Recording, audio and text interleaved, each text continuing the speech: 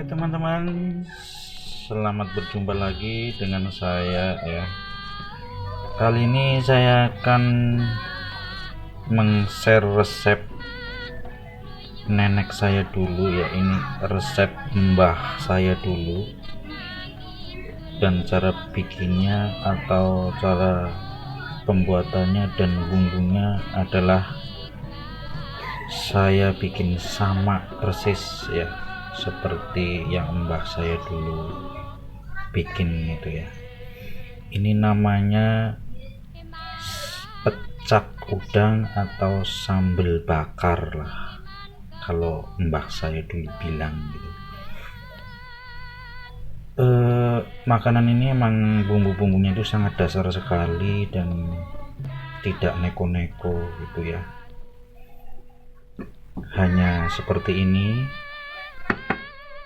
ya bumbunya.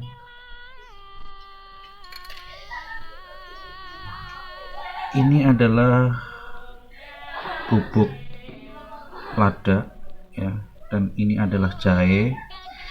Fungsi jahe di sini bukan untuk rasa ya, tapi untuk aroma gitu. Jadi kalau terlalu gede juga nanti akan pahit, jadi kita sesuaikan supaya hanya bau jahenya saja gitu ya. Satu iris lah kecil gitu. Terus ini adalah bawang merah 4 butir, dan ini justru bawang putihnya yang 1 butir kecil, ini 1 siung kecil ya. Dan ini adalah gula merah ya, 1 potong kecil, dan ini garam sekitar 1 sendok teh. Dan ini micin atau MSG ya, ini boleh kalian tidak kasih, tapi karena nenek saya dulu kasih jadi saya kasih ya. Dan ini cabai sekitar 21 butir ya. Ya kalau cabai butir gitu ya. Terus ini adalah tusuk, untuk menusuk nanti bumbu-bumbu ini ditusuk, yang harus ditusuk dan nanti dibakarnya. Oke teman-teman, ikuti channel saya ini terus, resep saya ini terus, dan jangan lupa subscribe dan like-nya. Oke. Oh iya, dan ini adalah udangnya ya. Ini udang 3 ekor udang, 3 ekor apa 3 apa ya, 3 ekor udang, sekitar besarnya ya 1 telunjuk ya, 1 telunjuk besarnya ini. Karena dulu itu di kampung saya di hutan itu banyak udang ya, banyak udang dan besar-besar gitu, jadi saya berusaha untuk memilih yang persis gitu. Ini udangnya. Oke ya teman-teman, kita lanjut aja, dan cara pembikinnya satu demi satu. Oke.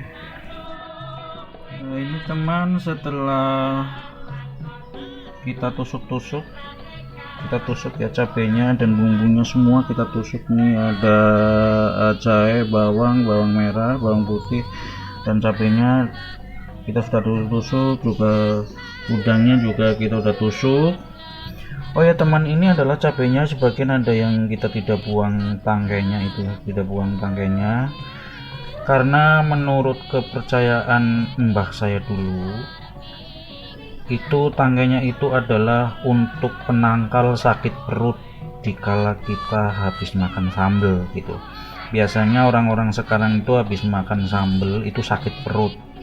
Nah, untuk menangkalnya nenek saya bilang itu tangkai ini untuk penangkal sakit perutnya, jadi ini ikut diulek gitu ya. Tapi itu fakta atau mitos atau ilmiah atau enggak itu saya tidak tahu, yang penting keluarga saya sudah melakukan hal ini bertahun-tahun dan terbebas sakit perut setelah makan sambal. Oke teman-teman, setelah kita tusuk-tusuk seperti ini, kita lalu akan membakarnya ya. Oke, kita akan membakarnya sekarang.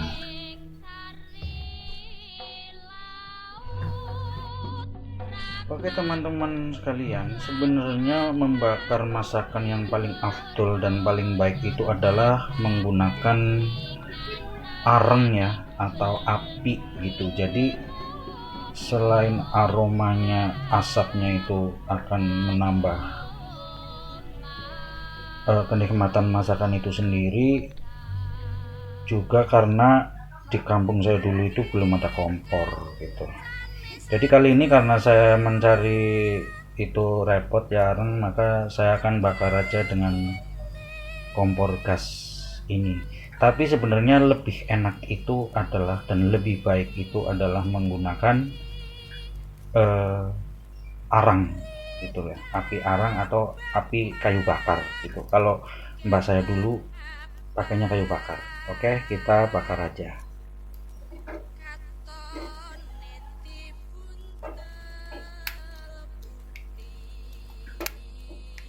Oke, kita bakar bumbunya dulu. Kita bakar cabenya dulu ini ya, sama bawang merahnya. Biasanya yang akan matang duluan itu adalah cabenya. Jadi yang kita urus adalah cabenya dulu. Ya, jangan sampai kosong. Apinya kecil aja.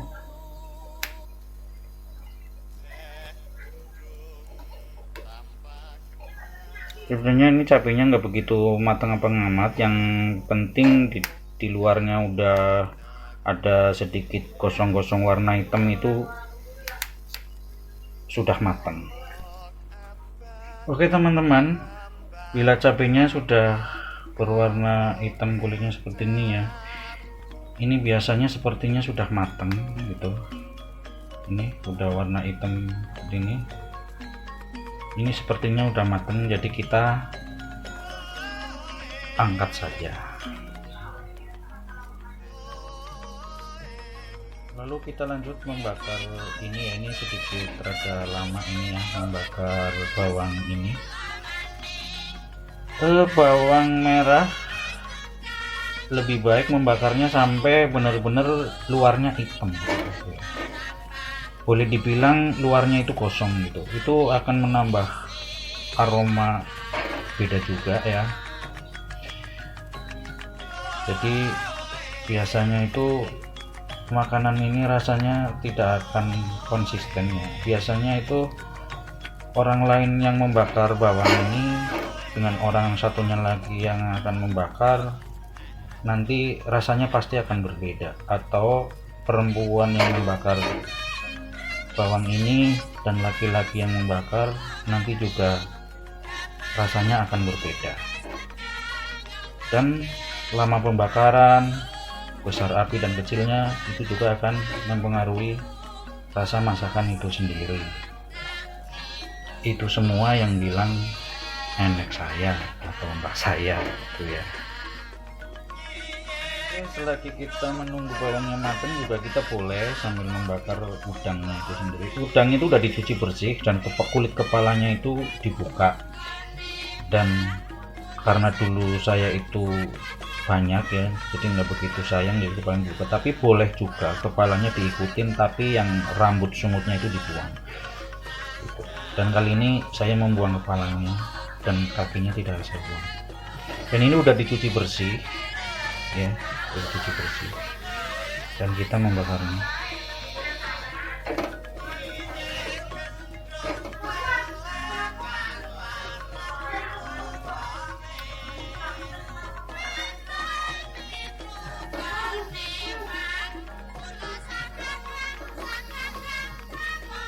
Seperti saya bilang tadi, membakar itu sebaiknya sebenarnya pakai arang. Pakai arang, tidak menggunakan kompor seperti ini. Rasa pasti akan berbeda.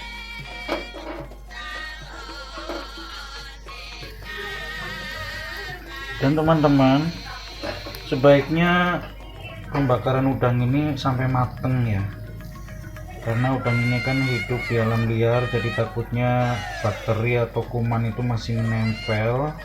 Walaupun sudah dicuci, tapi kan bisa saja di dalam daging-dagingnya. Makanya kita harus bakar ini sampai benar-benar matang ya, sampai benar-benar matang.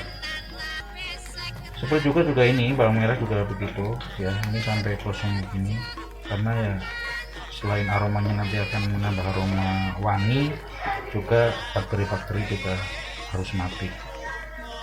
Oke teman-teman, ini udah hampir matang ya, udah berwarna kuning udangnya ya. Baru lagi kita angkat. Aduh sobat, baunya sudah wangi sekali ya. Aduh, sudah menggoda perut nih. Oke teman-teman, sepertinya sudah matang ya, kita angkat saja ya. Ini udah sampai patah tusuknya, kita angkat saja. Oke, kita angkat saja. Maaf teman-teman, video pengulekannya itu terhapus, jadi ini udah jadi sambelnya. Pertama-tama nguleknya adalah masukkan cabenya yang udah dibakar semua, ulek dan tidak boleh terlalu halus. Setelah itu udangnya dimasukkan, lalu ulek juga jangan terlalu halus. Oke ya teman-teman, mohon maaf. Jadi inilah hasilnya setelah kita ulek.